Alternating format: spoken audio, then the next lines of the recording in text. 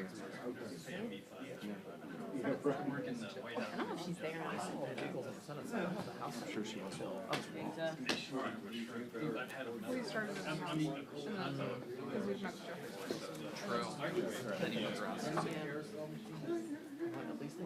Watch me buy a hot dog. With another 35. But Clyde, he always had my windows open, so I'm afraid he would always. And I shoved the Like rushing to get here.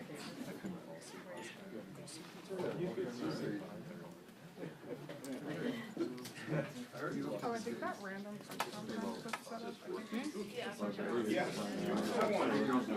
Oh. I'm looking at the planner and like, it makes sense as to what they've had.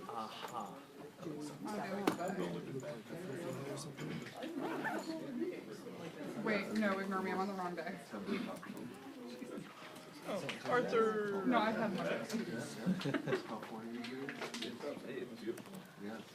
I'm gonna sit back here. Smell bad? Yeah. Exactly. I was glad to be there. I'd rather be there.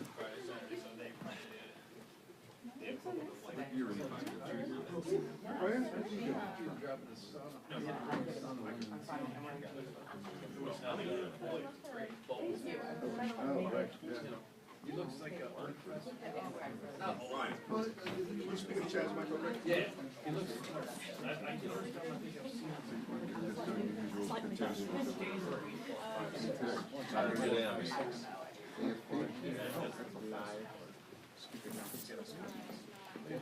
Good morning. Classes are good? I guess that's yeah, you would get that joke there.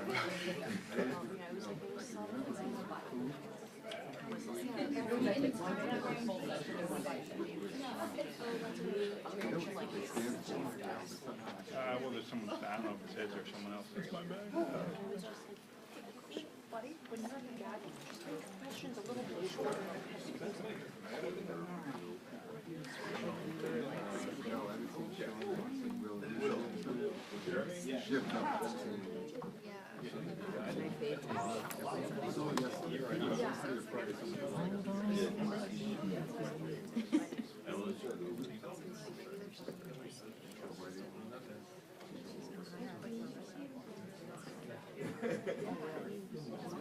How are you?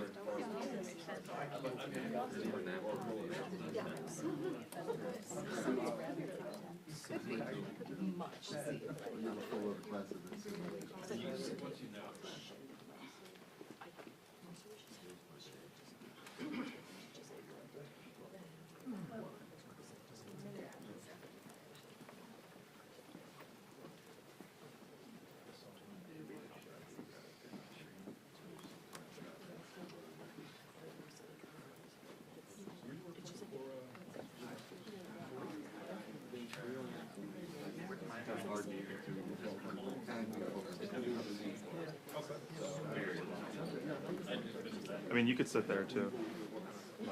I have a good view of it.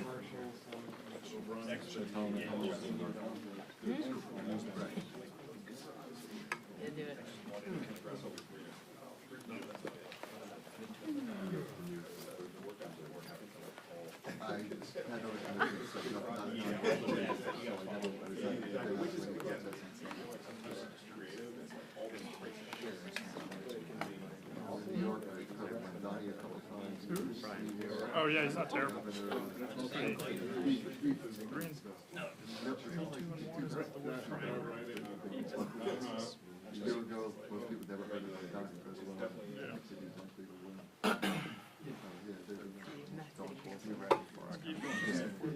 Just funny. It's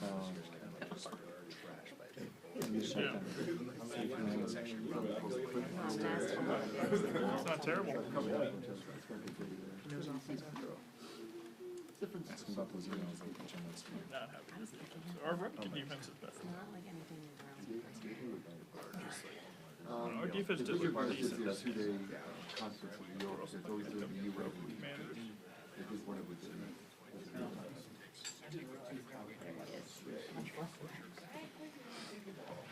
She was shaking. I was so nervous. She was I was like, quaking. not sitting. Like, do we have a pet script? Yeah, there. So this is a good event.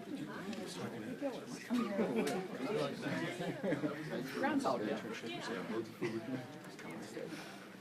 Good food. Why did we change our seat?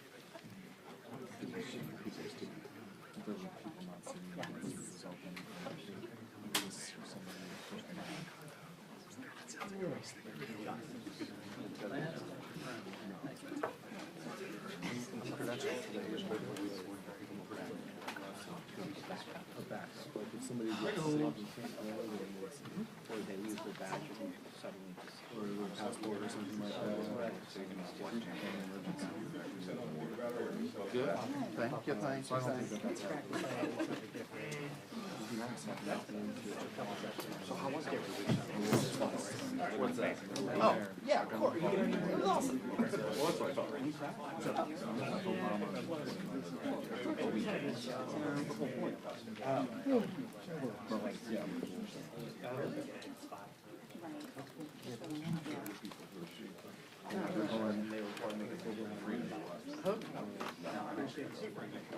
You took all last week off.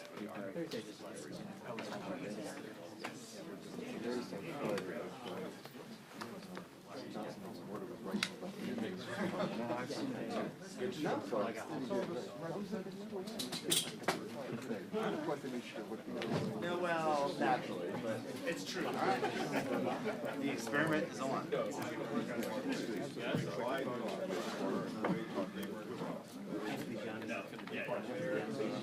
Oh, yeah. Hogan. Like we're seeing, they'll fix it, don't worry. They'll turn into a version. Come home here and I'm like, okay. You make a phone call for a little while. Oh, I just, yeah. No, I feel bad. That's typically our justice. Oh, no, we didn't see the construction. Well, to be fair, like, I didn't see the vision. I texted her, like, I'm sorry. that's the vision. No, and like Kevin brought a letter. I thought McLean shot it, but clearly Lucky Park is kind of shot. No, I probably A treasurer did, put their name on it, which is. I was gonna ask you. I feel that I'm just trying hard facts and stuff. She like, she wanted to write a letter. So I only wanted to, some motor waiting 2 weeks ago, and it was great. Sam,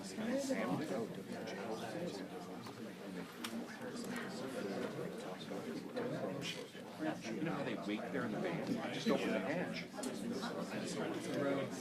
Yeah, and I was like, it was funny. No, honestly, I told him last night.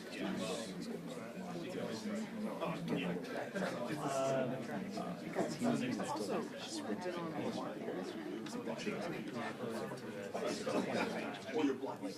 you'll have another one. Yeah,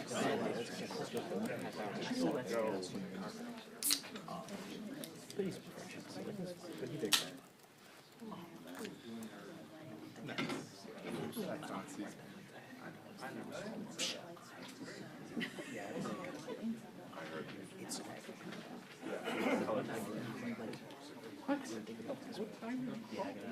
What time do you start?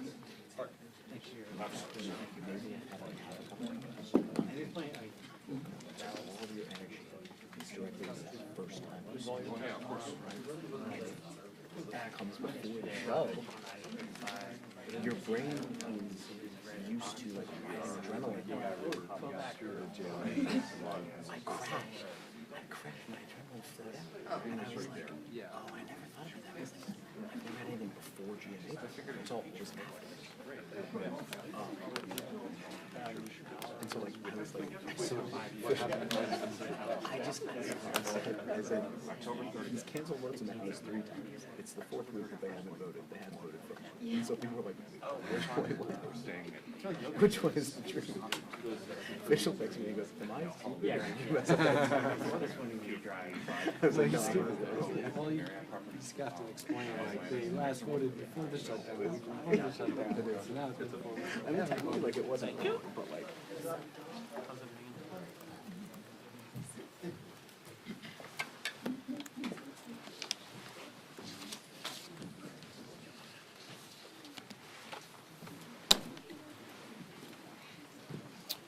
Well, welcome everybody. Day 21 of the Democrat shutdown. It's now 3 weeks since the Democrats have decided to close the entire federal government. I mentioned yesterday when we were gathered that this is now the longest full shutdown in American history. And yet again, Senate Democrats voted for the 11th time, 12 times overall, when you count House and Senate Democrats, to prolong the pain and keep the government closed. So we want to talk very briefly with you this morning about what that means, and then we're going to give you a little update on the Epstein matter. So far, this is what it means. So far, what this shutdown has caused to the economy and to the people of this country is really unconscionable. The U.S. economy has now lost hundreds of billions of dollars. We have federal workers who are desperate for pay and uncertain when they will get their next paycheck. You got families wondering if they'll go without food assistance next month because many people rely upon that. New federal loans and disaster aid have come to a complete halt, and the stewards of our nuclear defense stockpile are being sent home on furlough. Think of the implications of all this. All of it hurts the economy, it hurts our national security, and it hurts the American people, and the Democrats seem not to care. I was watching Republican Senate Majority Whip Barrasso this morning on an interview, and he said it, I think, very succinctly. He said the Democrats are practicing the politics of pain. I'm not sure I could say that any better. That's exactly what it is. And you think of what's happening right now.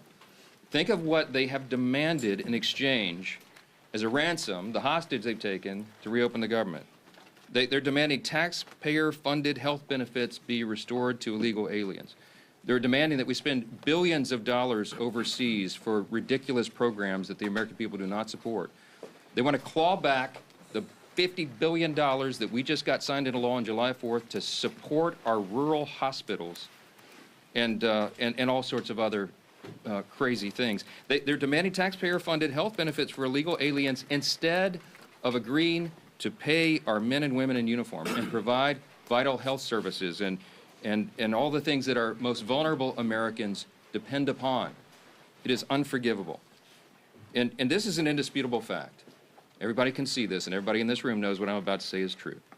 Chuck Schumer and Hakeem Jeffries are terrified of their far left base in New York and around the country. So they have given in to their demands to shut down the government so that they themselves can get the left's approval and somehow salvage their political careers. That is the whole story in one sentence, okay? That's why Schumer said shamelessly that every day of the shutdown gets better for us. Who's the us? He's talking about he and Hakeem and the Democrats who are afraid of the far left base. So today I want to put a finer point on some of the very real consequences we're seeing and what they mean for Americans around the country. And I'll zoom in on some of these key Democrat states where the senators continue to dig their heels in and vote against opening the government. Yesterday from NBC News, here's the headline: air traffic control staffing issues cause flight delays across the country. The Secretary of Transportation said 53% of flight delays are now due to staffing issues, and usually that number is 5%. From Colorado, food banks face growing crises as shutdown impacts become a reality. That's the headline from Sky High News. What are Colorado's two Democrat senators doing? You've got Hickenlooper and Bennett. They have both now voted 11 times to keep the government closed. Virginia. Here's the headline yesterday, KSL. Virginia employees fear shutdown's impact on veterans' medical care. And meanwhile, there are two Democrat senators, Tim Kaine and Mark Warner, have voted repeatedly to put their thumb in the eye of those veterans. And they won't end this pain. From Hawaii, Hawaii News Now says, headline, government shutdown impacts telehealth for seniors in Hawaii. Seniors in Hawaii rely upon telehealth. Guess who's shutting it down? There are two Democrat senators, Brian Schatz and Mazie Hirono, voted again and again to keep the government closed and disrupt the health services for seniors in their own state. They've got a lot to answer to. From California, here's a headline, ABC 7 News. Alameda food banks step in to help TSA workers, families impacted by government shutdown. That is disgusting. And both of California's senators, Padilla and Schiff, have voted 11 times to block the pay of those TSA agents and their families, the paychecks they rely upon. From Illinois, WIFR, yesterday, federal courts in northern Illinois reduce operations due to government shutdown. The courts are reducing operations, and you've got Illinois Democrats Senators Duckworth and Durbin have voted to keep the government closed. We can do this all day long. That's a sample. Democrats used to care about the harm that shutdowns caused hardworking Americans, but now we can all see very clearly that was always based on politics and not principle, because they have thrown the principle out the window. And yesterday, there was an article from The Hill that laid bare that very fact. A Democrat senator was speaking anonymously and admitted, quote, people are going to get hammered if they vote for the House passed bill to reopen the government. The clean, nonpartisan CR, they're going to get hammered. Another insider said in that same story, quote, we would have enough votes to reopen the government if people were not terrified of getting the guillotine, okay? They mean it metaphorically, but in a political sense, that's exactly what they're concerned about. Now think about the fact that we're just laying out here. These are simple facts. We come out here every morning and remind the American people of what's going on. Do not let them distract you from the facts. The American people would have an open government if Democrats were not terrified of their radical base. That is the headline. Every single one of you should write that. That's the ugly truth. The Democrats are not governing in good faith. They're covering their own tail. They're out here decrying the so-called forthcoming health care crisis, they say. It's the one that they themselves created. The Democrats created Obamacare. They're the ones that created a subsidy with an expiration date. They're the ones that did all of this. Republicans are trying to fix it. And they're trying to blame Republicans for the crisis they themselves created. They cry foul when we won't bail them out of their own shutdown. I don't have anything to offer, as I've explained. I don't have any partisan priority I can pull off of the CR to make it more palatable for them. There's nothing to negotiate. They just have to do what they've always done in the past, that they did 13 times during the Biden administration, and they did as recently as March of this year, to open the government so that people can get their services and their paychecks. And they go before cameras incredibly, and they just lie to the American people over and over. It's a stunning thing to watch. It's time to stop the political games. The Democrats have got to stop this so that we can get back to the work here. For the sake of the American people, I hope they do. I hope Democrats finally come to their senses soon and the pain will end so we can reopen the government and get back to the hard work here. Let me say this. Now, while congressional Democrats continue their dangerous political games, the bipartisan House Committee on Oversight is conducting its investigation into the heinous crimes of Jeffrey Epstein. And it has continued. It has not stopped during the government shutdown. You have some of the, as I like to say, some of the toughest bulldogs in Congress on the Republican and Democrat side who are united in this cause for maximum transparency of the Epstein files. I'm for that. Chairman Comer is for that, the Oversight Committee chair. You'll hear from him in a moment. All these leadership team are, all the Republicans in the House are for maximum transparency and always have been. My good friend, Chairman James Comer, is going to give you an update on that shortly, but I just want to make a couple of key points very clearly before I bring him up here. Congressional Democrats are rudderless right now. I don't know how else to describe it. They don't have a message, they don't have a leader, they don't have any identifiable set of policy solutions for the problems facing the American people. Their party continues to hit all-time historic lows in poll after poll after poll, and many of you have reported on that. These are objective facts. They're utterly lost as a party, and everybody can see it. So what are they doing? They see a shiny object, and they latch onto it. Democrats did not say one word about the Epstein files for the entire Biden presidency. They had all the files in the Biden DOJ. They didn't say a word about it. 4 years, not a word. And suddenly now, they somehow convinced themselves that the Epstein files will be damaging to President Trump and Republicans in some way that they've imagined. And so they feign outrage. Let me be very clear about this. I've met with some of the Epstein victims, some of these brave women who've come forward. They were here on Capitol Hill, as you all know. We heard their stories. It's gut-wrenching. It's disgusting what they've been made to go through, and they bravely came forward. We're working around the clock to ensure that justice is served, and also as part of the oversight to figure out why justice has been delayed for so long. All credible information we will ensure is released to the public, and we also, at the same time, are fulfilling our responsibility to protect the innocent victims. By the witnesses' own testimony, these ladies who've come forward, they estimate there may be as many as 1,000 young women who were subjected to these heinous crimes. And many of them have chosen not to come forward and show their faces and reveal their names because it would compound the harm that they've already suffered. And so we want to protect those people. That's the sum total of all of this. That's our responsibility. And short of that, we want maximum transparency, and that is exactly what the American people are getting right now. That oversight investigation, they're working around the clock, and here's what the latest update, if you're not keeping track. They have now subpoenaed and released 43,000 pages of documents. They have subpoenaed and released DOJ and Epstein estate documents, with more to come. They've issued 11 deposition subpoenas, and they've released Bill Barr's deposition transcript. Just a few days ago, they released the transcript from the interview with Alexander Acosta.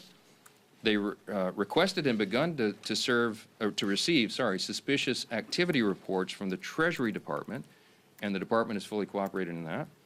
And they published letters from Eric Holder, Merrick Garland, and James Comey stating they had no knowledge or information related to the committee's investigation. Those documents include the ones that were released on Friday of last week, okay?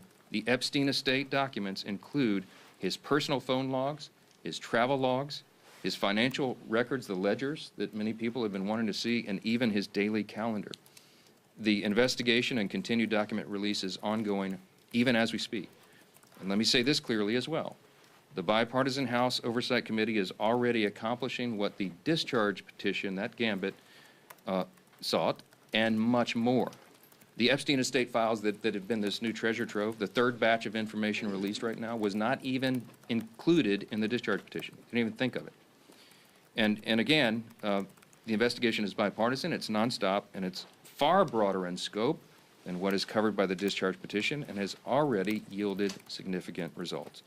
Unfortunately, some Democrats, and sadly even a couple of Republicans, have tried to make this a political issue. They seem to be more interested in trying somehow to lay a glove on the president than in securing justice for these victims, and I think that is shameful.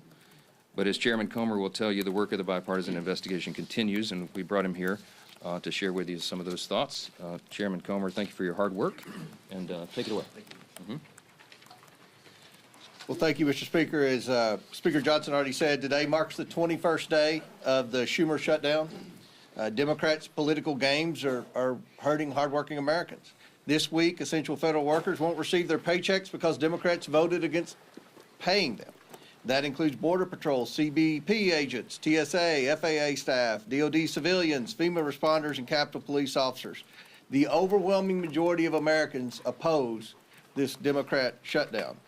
Democrats know it, so they're trying to distract from the fact that they shut down the government by pushing a false narrative about President Trump and Jeffrey Epstein. Let me be clear. No one is protecting Epstein or his associates. The House Oversight Committee is conducting a thorough review of the federal government's handling of the Epstein investigation, one that goes far beyond the discharge petition the legacy media is obsessed with. To date, the Oversight Committee has released over 43,000 pages of documents and issued 13 subpoenas. We've conducted a deposition with former U.S. Attorney General Bill Barr and a transcribed interview with former U.S. Labor Secretary Alex Acosta. I don't think I need to remind anyone in here, they are both Republicans and both former cabinet secretaries in the Trump administration. And guess what? Those interviews completely debunked the Democrat smear against President Trump. Barr stated that there was no evidence that President Trump was involved in Epstein's criminal activity. Acosta confirmed there was no contact with President Trump during the Florida case. No link, no conversations, nothing. Despite these facts, Democrats, especially Ranking Member Garcia, continue to spread lies about President Trump, and they are lies. They're infected with an incurable case of Trump derangement syndrome. Oversight Committee Democrats post daily about Epstein. In fact, they've posted or reposted about Epstein nearly 60 times on X since the shutdown began. You know how many times they posted about essential federal workers not receiving paychecks because they voted against funding the government? Once. They've posted about that once on the Democrat Oversight Committee, and over 60 times about Epstein. You see where their priorities are. Let's be clear. Democrats don't care about transparency or accountability in this matter. The evidence we've gathered does not implicate President Trump in any way. Public reporting, survivor testimony, and official documents show that Bill Clinton had far closer ties to Epstein.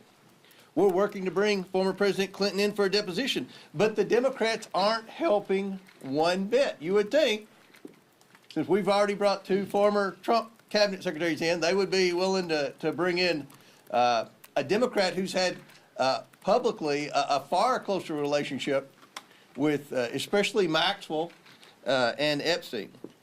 So why is that? That's a question every reporter should be asking Ranking Member Garcia and every Democrat on the committee. Why aren't you helping to bring Bill Clinton in for an interview and deposition just like we brought in Barr and Acosta? The Oversight Committee remains committed to accountability and transparency for the American people and for Epstein's victims. Our investigation has not stopped during this shutdown. We've released more documents just this past Friday. Democrats need to stop playing games and vote to reopen the government. With that, I yield back to the speakers. Thank you, Chairman Comer, and truly appreciate the hard work you continue to do to get the facts out. And that's what this has always been about. I want to continue to get those facts out, and your committee has been working tirelessly to do just that. As we enter the 3rd week of Chuck Schumer's shutdown, I think nobody can sum up just what is really going on better than the article yesterday in The Hill. You know, we've been saying up here for weeks that the real motivation behind the Democrat shutdown of the government is that they're afraid of the most radical far-left elements of the Democrat Party base. And yesterday, The Hill, in a pretty riveting article, laid bare the underbelly of the Democrat Party's motivation. It truly is fear of their own party's base that has driven the Democrats, especially in the Senate, to shut down the government. It's a calculated decision. And the continued votes, including yesterday, to keep the government shut down has been a direct result of the fear Democrats continue to have of their own party's base. Some of the most radical elements that you saw at the Hate America rally. We showed it up here on this dais yesterday with some of the most vile things that you saw. Many people that were holding signs calling for the death of the President of the United States. That's who Democrats in the Senate are most afraid of. And they're willing to inflict pain on millions of American families. And I think it's very important to understand what they're saying. There was one Senate Democrat aide who said people are going to get hammered by their liberal base if they vote to open up the government. So they're not concerned about the millions of families who are suffering because they're keeping the government shut down. They're just worried about getting hammered from their own base. And the Speaker laid out some of this too. There was another senator who said, quote, they'd vote to open up the government yesterday if left to their own devices, but don't want to risk an angry backlash from their base. They'd be more than willing to do it. They know it's the right thing to do to open up the government, but they're scared to death of the backlash from the radicals in the Democrat Party. Another person said enough Democrats would vote to reopen the government, quote, if people were not terrified of getting the guillotine. You know what that means. When they're more scared of their own party's base, you talk about profiles in courage. That's what we're experiencing. And maybe the worst was this, because the Speaker's gone over and over with some of the different states and the pain it's causing, not just here in Washington, but all around the country. In every state, there is real pain being inflicted. People that aren't sure if they're going to get another paycheck if they're working for the federal government. And there's a state, Georgia, that has a number of military bases, a lot of other federal workers. NIH is headquartered in the state of Georgia. And what is one of their senators, Senator Ossoff, thinking about all this? Another Democrat said, Senator Ossoff's calculation is, quote, do I vote to open the government up and get crushed and can't raise a single dollar of low dollar money? Or do I vote to shut the government down and get $3 million from online fundraising? That's disgusting. Senator Ossoff is more concerned about getting low-dollar donations from maybe some donor in California who's going to click on an email and give him $100 for his reelection, and so he's causing suffering on tens of thousands of people in his home state of Georgia. Senator Ossoff ought to send that tainted, dirty money back if he's raised $3 million off of the shutdown, off of the suffering he's caused, just so that he can get some more money from radicals around the country. Go look at his finance report during the shutdown. The low-dollar donations that he's more concerned about getting than opening up the government, which is the right thing to do, because they're scared to death of their base, because they want to keep getting low-dollar donations from the most radical members of the Democrat Party. That's what this is about. And we've been saying it, but now that Hill article truly exposed it, with anonymous senators finally speaking freely, with other Democrat aides admitting what's really going on their side. And when they asked the speaker, gee whiz, is there something else you can offer? What is there to offer to a party who's so morally corrupt and bankrupt that they're willing to sell out the American people because they're either scared of their base or they want to just keep getting low-dollar donations from donors around the country who are rooting for chaos for America, who want to undermine this country? That's what's going on here. And the American people are figuring it out. People in Georgia are figuring it out. They know why they're seeing the suffering, and their own two senators are voting for that suffering, and now you know why. It's laid out in full display for everybody to see. We're here ready to get back to the people's work for all the American people, not just for some far-left radical base who's holding the Democrat Party in D.C. hostage. Finally show some courage, some moral clarity. All we need is 5 senators to stand up and do the right thing, and it's long past time they do it. Now our whip, Tom Emmer.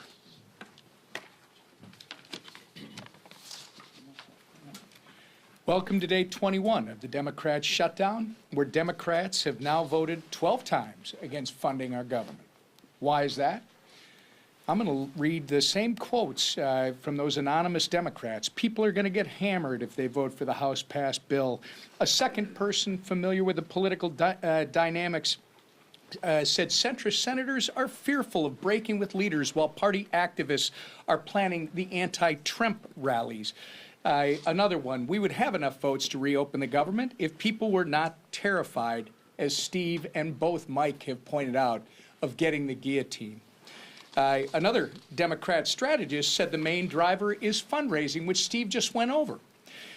Do I vote to open the government up and get crushed and can't raise a single dollar of low-dollar money? I mean, it's amazing, Steve. This is what it's all about. And this is what everybody in this room should be reporting every single day. They should be held accountable for this type of behavior, because it is having serious consequences all across the country. Real Americans are getting hurt while these political elites in the defunct Democrat Party are playing political games. Border Patrol agents are being forced to go without mission-critical funding. Low-income families, nutrition assistance benefits like SNAP and WIC are being jeopardized, all so these Democrats can appease their radical pro-terrorist wing. That is what they are. You saw it. And anybody who wants to push back, then they should disavow any connection to people who are calling for the death of any elected official, let alone the President of the United States, which they seem to be fine with, or this Attorney General candidate in Virginia. They won't even do that. This is a party without a message, without a leader, and without a future at this point. They are well on their way to being left on the ash heap of history. It's despicable, and it's downright wrong. We've got news for Chuck Schumer and the soon-to-be former leader of the Democrats in the House. Your Hate America rally is over. It's past time for you to stop thinking about yourselves and start thinking about the people that you were hired to serve. The American people are not and should not be pawns in your shutdown games, and they should not be forced to suffer just so you can play politics here in Washington, D.C. Put an end to this madness, pass our clean CR, and let's reopen this government immediately. Our conference chair. Thank you. Well, good morning, everybody, and thank you, Mr. Comer, for being here. Again, don't let the facts get in the way of a good story, right? Our side, a lot of facts. The other side, more headlines than anything, right? Press the other side on the facts, because the facts speak for themselves, no different than Chairman Comer laid out with all the work that he's doing, and transparency, right? It's been 1 month since House Republicans passed a bill to keep your government open. And how did Democrats celebrate? Well, they partied with communists and socialists who hate America, right? While Democrats were marching with their radical mobs, Republicans were actually meeting with Americans, listening, helping, and working. Let me give you a few examples. Congressman Ciscomani visited a food bank helping families with food insecurity. Congressman Rick Allen stood with veterans left in limbo by the Democrats' political games. And Congresswoman Nicole Malliotakis thanked U.S. Park police officers while they worked without pay.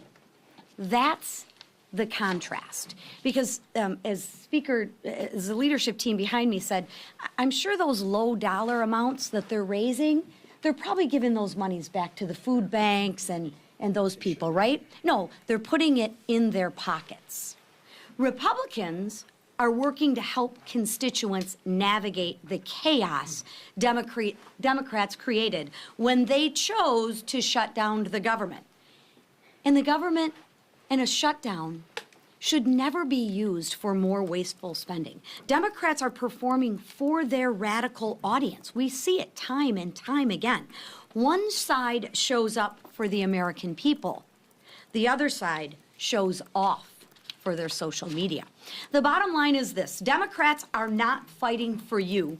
They're fighting for the most radical 1% of their base, and of course, that low-dollar fundraising number. They're also leveraging the shutdown to demand $1.5 trillion in wasteful spending, climate pet projects in foreign countries, and health care for illegals. But Republicans won't cave. We won't fund the waste, fraud, and the abuse that the Democrats so violently and vehemently advocate for. We won't hand your tax dollars to illegals.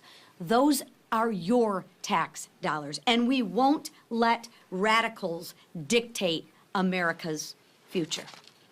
So it's time for the Democrats to wrap up the photo shoots and end the who's more radical contest and vote to reopen the government. Let's get the government reopened for our troops. Let's get the government reopened for our families. And let's get the government reopened for the American people. Thank you. Questions?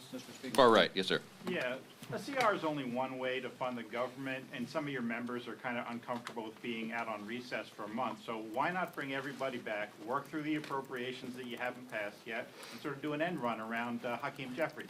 Yeah, so couple things. First of all, 99.5% of the House Republicans understand exactly what we're doing. They agree with it. We talk regularly. We'll have another conference call later today.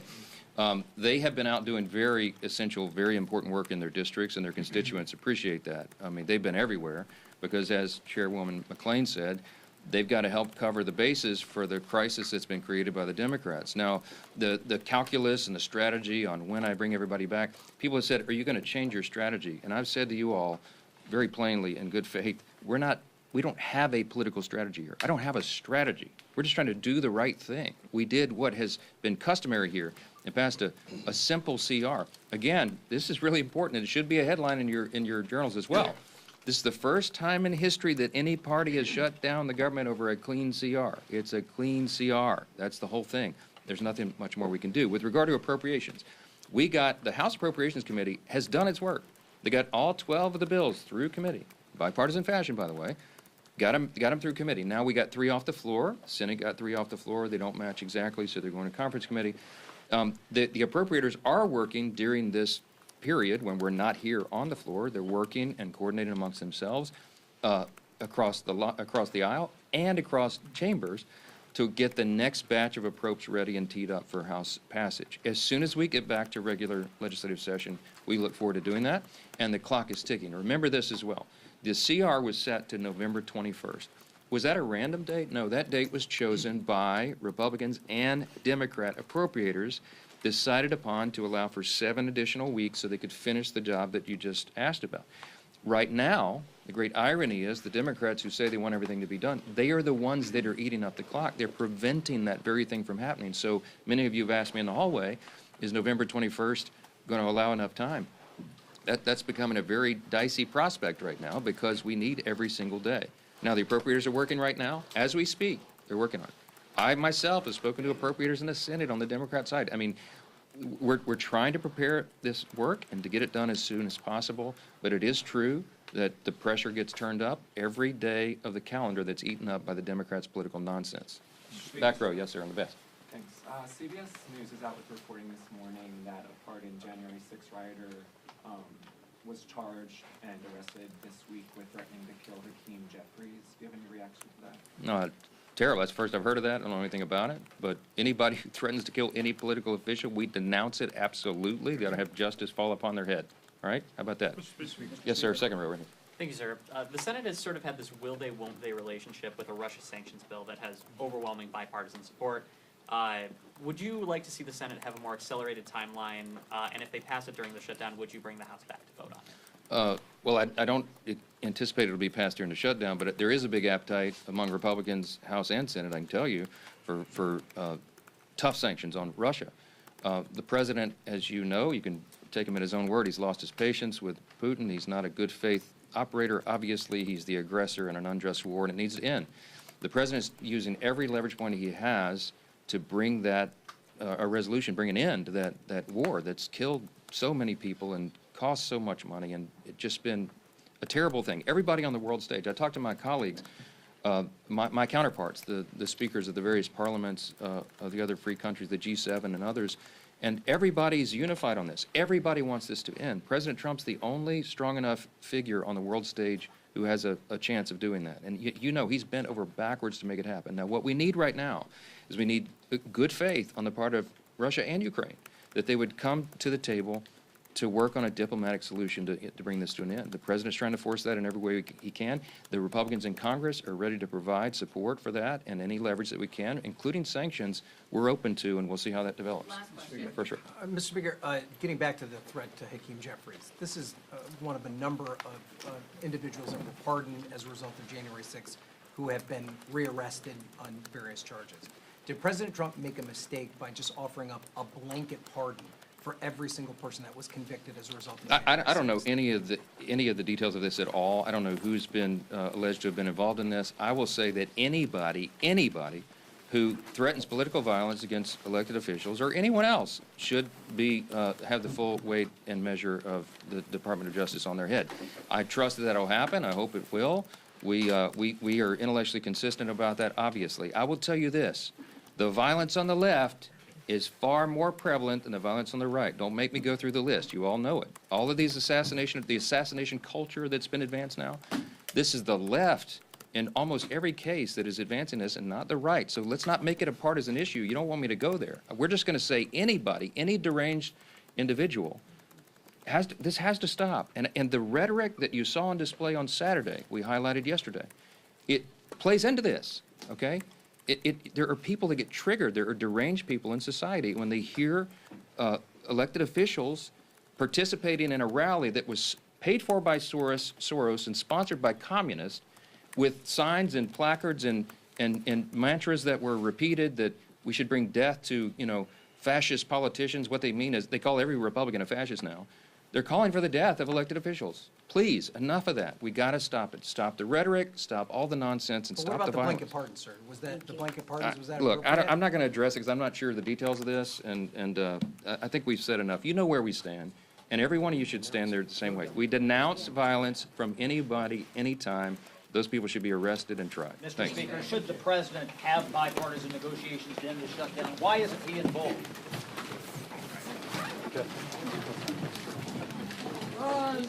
Good job, CBS.